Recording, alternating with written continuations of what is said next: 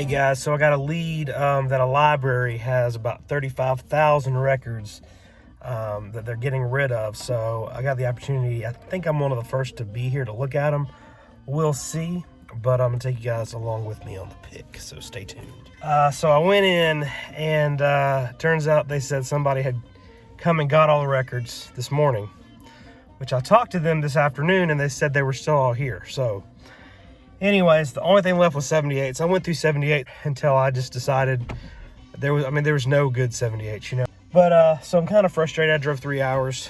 This happens all the time. 3 hours for nothing. But I did have a little plan B, which was a guy that's got a basement full of, he says, 12,000 records. So we're gonna go look at those on the way home. Hopefully that will pan out to something, and this trip won't be totally in vain. So stay tuned for that.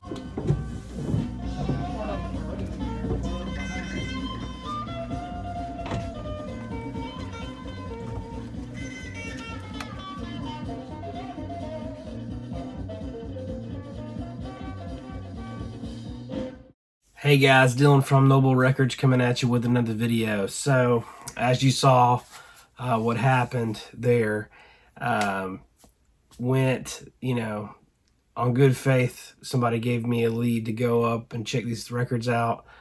I spoke to the proprietor of the collection there at the college. I'm not going to name the college, but and up until an hour that I got there, he was telling me to come on and come look at what they had. And when I got there, I'd found out they'd already given them all away. So, it happens a lot to where people don't really think about, he's driving 3 hours. I could be doing something else. I mean, I could be home with my wife and kids, but, you drive 3 hours somewhere and then it's just total bust, total waste of time. And a lot of people don't consider that you're driving that far and consider you as a person. It really sucks. But as a plan B, I went to this guy's house, and you saw me going out in his basement and stuff. Totally saved my trip. Found some really good jazz stuff there, and made a really good contact with him. Very, very nice guy. I'll definitely be back over there to get some more stuff, but I didn't have a lot of time to dig there. So I had a couple hours to where I could dig and kind of negotiate, and it takes a while when you're looking at a collection like that. So I definitely didn't see everything. But I just grabbed whatever I could. I bought 2 big boxes of records, and so I'm going to be taking you through some of that stuff. I'm not going to go through everything because that would take forever. Before we get started, though, we just got these tie-dye shirts. A lot of people have been asking about them. Look at the link in the description of this video. You guys can find those along with all our other merch and stuff like that. We sell new vinyl online. We have a link down there for our record store in the description of this video as well. Also, if you hadn't hit the subscribe button, that helped me out a lot. If you hit subscribe, and if you don't want to miss any of my videos, turn on post notifications.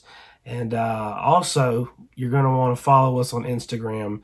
If you're local and you kind of want to know what's going out in the shop, we always post what's going to go out in the shop on Instagram at Noble Records. So that's how you can kind of know what we're putting out. So if you're wanting to know if this stuff is for sale, this stuff, most of it will be for sale in our shop on Saturday. So the way it works is I go digging all week, and then whatever I find, I drop on Saturday. So it's usually anywhere between 300 and 1,000 records on Saturday that I put out. And so most of this stuff will be on there. But if you want to know for sure, we always post like a flip video of everything that's going on Saturday. So follow us on Instagram at Noble Records. That's where you're going to get all that information. So without further ado, first thing I see when I walk in, I don't know what to expect. He had he had 2 different rooms, 3 different rooms full of records. The first one he brought me into was like this was his pride and joy records, his ones that were all sleeved and cleaned and perfect. And I see on the floor there just a stack of 10 inches. And on the very front is this Bud Powell Blue Note 10-inch. This is obviously, an original Lexington Avenue 10-inch. Really beautiful condition. I mean, when you find these old Blue Note 10 inches, most of the time they're in pretty rough shape. This one's in beautiful shape. That's a heck of a record right there. Just seeing that right there on the floor, I was like, oh my gosh.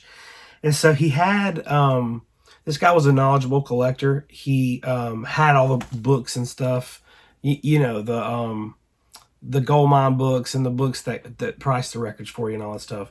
So he had looked them all up, and he had notes on what all they were going for. Now those books the prices on them are astronomical, and he knew that. The guy was very sharp, very reasonable. He understood that I needed to make money.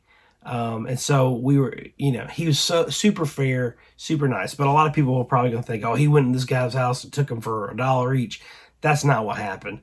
I did not get these for $1 each. I paid him very fairly for them, but it's still really killer stuff that I'm going to have in the shop. So that was the first one I even saw. He had about 610 inches like that. Not like that, but like 10 inches, which you don't see that many normally. This is the second Bud Powell I found, the Amazing Bud Powell Volume 2. And these are all in sleeves, but, you know, it's got that Lexington Ave, really nice copy. So got that one, and then I've got this one, the Art Blakey Quintet, A Night in Birdland. So really, those 10 inches. So I was first go through the 10 inches, and I found those, and I was pretty hopeful. Started going through the rest of the room and just kind of picking out whatever looked good to me. Started going through the LPs. This was the first LP I found. So this is a Lee Morgan, Search for the New Land, original press and a shrink. I mean, this one is like super, super, super clean copy of this. I never see them this clean, but in the shrink and everything, I was blown away. Just a beautiful, beautiful record. Love Lee Morgan. This one I'm really tempted to keep, but I think I'm going to sell it in the shop. I think somebody else will probably want it more than me, but that's a really nice record. Another one here that I pulled out in that first room is this, maybe you heard of this guy, Art Blakey and the Jazz Messengers. This is an original stereo press. Yeah, beautiful condition on that. Just really, really nice. This is one that I look for. This is one of the most, not necessarily most expensive, but most sought after jazz records that most people are looking for that record. You know, people from beginners to, you know, people that have been in it for a long time and can't find a clean copy. You know, that's one of my favorite jazz records. That's in my top 3, and I have an original press of it already. So this is another really good one. I kind of blaze through. It doesn't make sense for me to go through everything's kind of mixed together, but we did go down to the basement, and then in the basement he had a lot more stuff that wasn't, most of it wasn't sleeved. Some of it was, some of it wasn't, but I got a bunch of stuff in the basement as well. So this is a really nice Chet Baker Sings World Pacific. Beautiful. Never ever see those. And then he had like a whole little block of Chet Baker stuff. So I just grabbed the whole block. Into My Life. The Trumpet Artistry of Chet Baker. And then Chet Baker in Europe. Very nice. He had this work, Thelonious Monk, Sonny Rollins. That's a second press. The first press, I think, has a different cover. I think this is a 59 press, but really cool. I'm a sucker for prestige stuff. This is a really nice Miles Ahead, original 6i. Let's see, and that's the first press. Beautiful, man. But yeah, with that first original cover, it's incredible. This is an original Blowing the Blues Away, Horace Silver. But I mean, this is probably a VG copy. It's not super clean, but I'll take it. You know, he was very fair on, especially on the stuff that wasn't super clean. Usually fair on. This is some Thelonious Monk. This is a first press of brilliant corners. Really beautiful record there. And then this was one I was like, oh my gosh, when I found it. This is in kind of a weird Eucephala Teeth, Other Sounds, New Jazz, first press mono, and it is in absolutely stunning condition. I mean, this guy, you know, he kept his records very well, in very good condition. He was a very sophisticated and knowledgeable collector. He was an archivist. This guy is top-notch. Unreal, his appreciation for these records. He was 80 years old, and he just kind of told me, you know, I want somebody else to be able to listen to these records, because I don't really listen to them anymore, and they are kind of my pride and joy, and I want somebody else to be able to listen to them. So anyways, this next one, this might be the best record in the bunch, which you might not know by looking at it, but this Helen Merrill is an extremely hard record to find. She's a female vocalist, but this record's tough. I found a repress of it. It was an early repress of it, and those still go for a good bit, but this one is the original press with the blue back cover, and unfindable in this condition. I don't even want to take it out, but I'm going to. It's got the original inner sleeve, and it is, I'm telling you, clean as it could be. I'm definitely going to spin this before I get rid of it, but this is and he knew this was the best record in there. We negotiated heavily on this one, but just an extremely rare record, like I said, and was thrilled to be able to get it and bring it along and offer it in the shop. This is just one, like I said, I posted some pictures on Instagram, and everybody was just going nuts over this one, but that's a high dollar one. All of Helen Merrill stuff I always buy, because she's so smooth, so good. This is another one. It's not worth quite as much as that one, but Helen Merrill with strings, still a really good one. This one I never see. Helen Merrill, Dream of You. This one I also never see. There's two copies of it. One of them is VG, The Nearness of You, and this one is near mint, top drawer copy, Nearness of You. Beautiful. And then this is probably the cheapest one in the batch. You Got a Date with the Blues, Helen Merrill. So thought I'd show those. I'm gonna go on. This is kind of rapid fire random stuff, but I'm gonna go on some more jazz, and then it'll get into other things that are not jazz, but just bear with me here.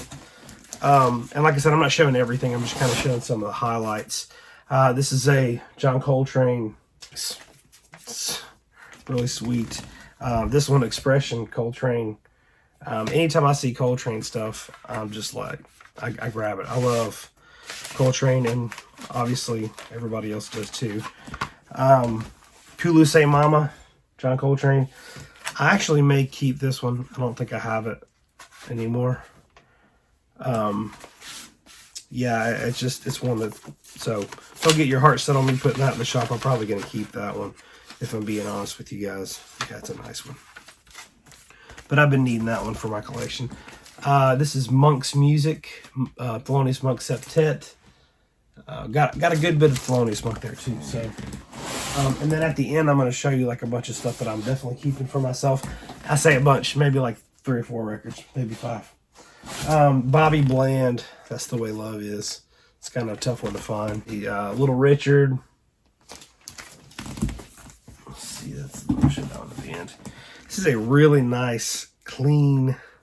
The vinyl's clean, the jacket's decent, but the original Elvis Presley LP, tough to find in this condition. This is an original Time Out, Dave Brubeck 6i, and it's like incredibly clean. I always grab these when I see them, just because it's another one that a lot of newer jazz collectors are always looking for.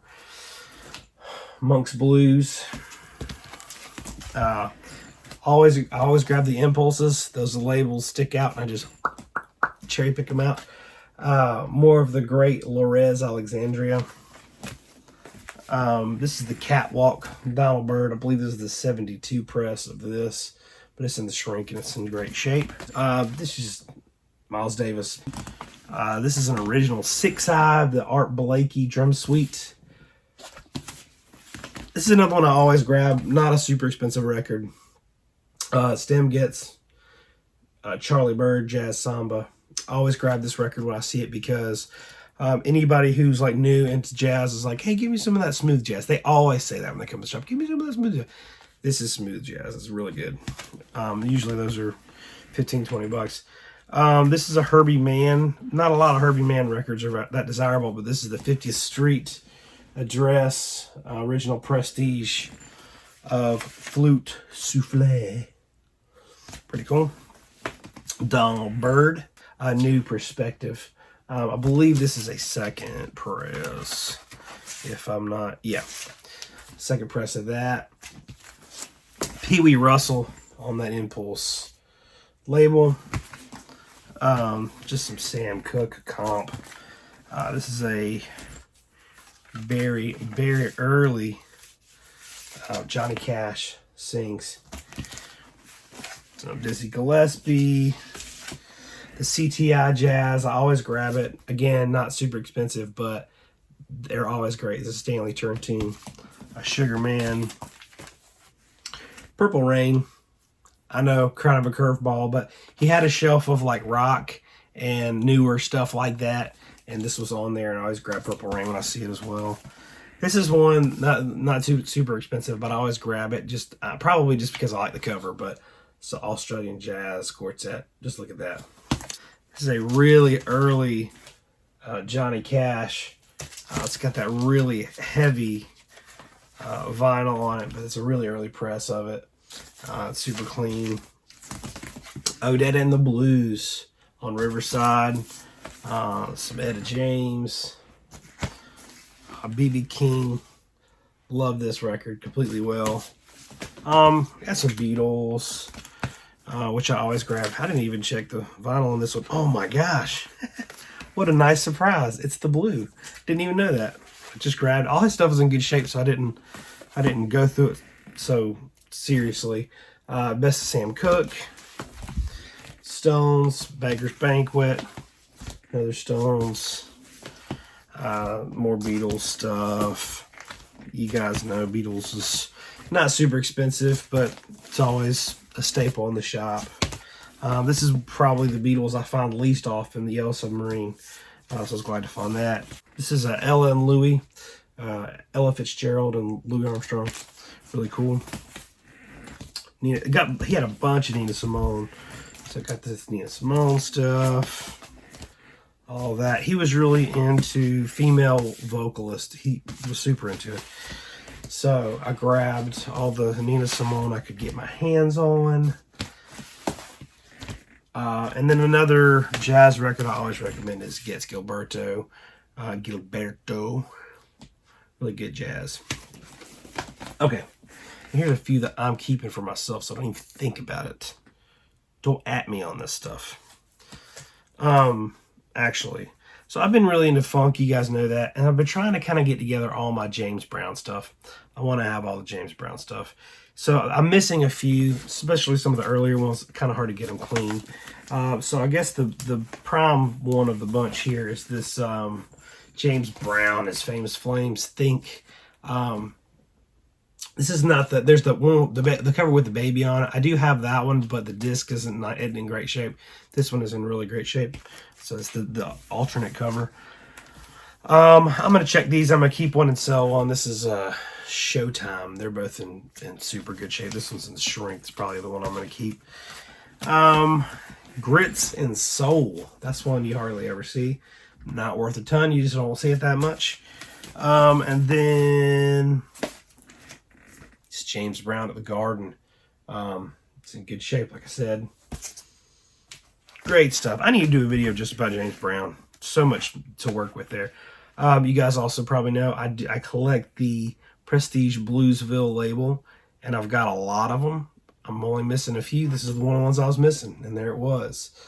Memphis Slim, No Strain, original. Prestige Bluesville, if you're into blues or you're getting into blues, anything on that label, that Prestige Bluesville label, grab it, because it is all great stuff. This is a really cool one. Beach Boys Sunflower, but it's a white label promo. This is one of Beach Boys albums I don't have. I've had them in the past, but never kept them. But since this is a white label promo and it's super clean, I feel like that one needs to stay with Papa. This is a really cool. He had some, like, a box of like folk Appalachian type music. I picked some of them out. This Jean Ritchie. I collect all her stuff. Really, really fantastic stuff. It's on an early Electra label, but Jean Ritchie is phenomenal. If you're into that type of Appalachian music, you probably already know about her. She's the Elvis of Appalachian music. I'm joking, that's not a thing. Okay, when things have a cover like this, I buy them 100% of the time. This is the Mountains Fading Sounds of the Dulcimer and Auto Harp, Volume 2. So there's a Volume 1 of this. Not much information on this online. Don't care. Gonna keep it and listen to it.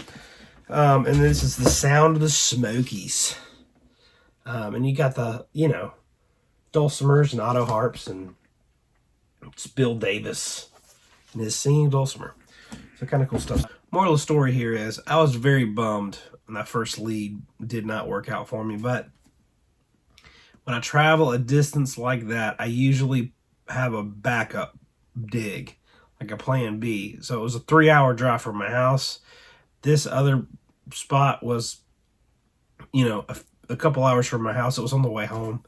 And so all that to say, I usually try to plan some sort of backup. If it doesn't work, thank God this one worked out and it wasn't a total bust, because I have been in that situation before to where you drive 3 hours for absolutely nothing.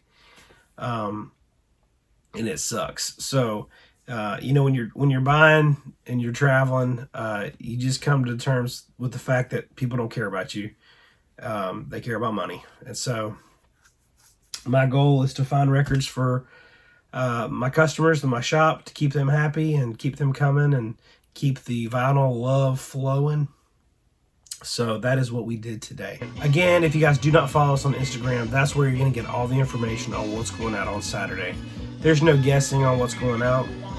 Every single week I post a flip video of exactly what I'm putting out on Saturday. So you don't miss a thing.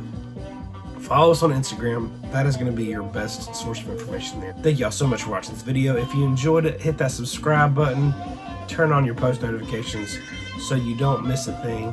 And if you want to support the shop, check out the website. We have 2 separate websites, one for the merch, one for the records. The links are below. Check those out. Thank y'all so much for watching. We'll see you next time.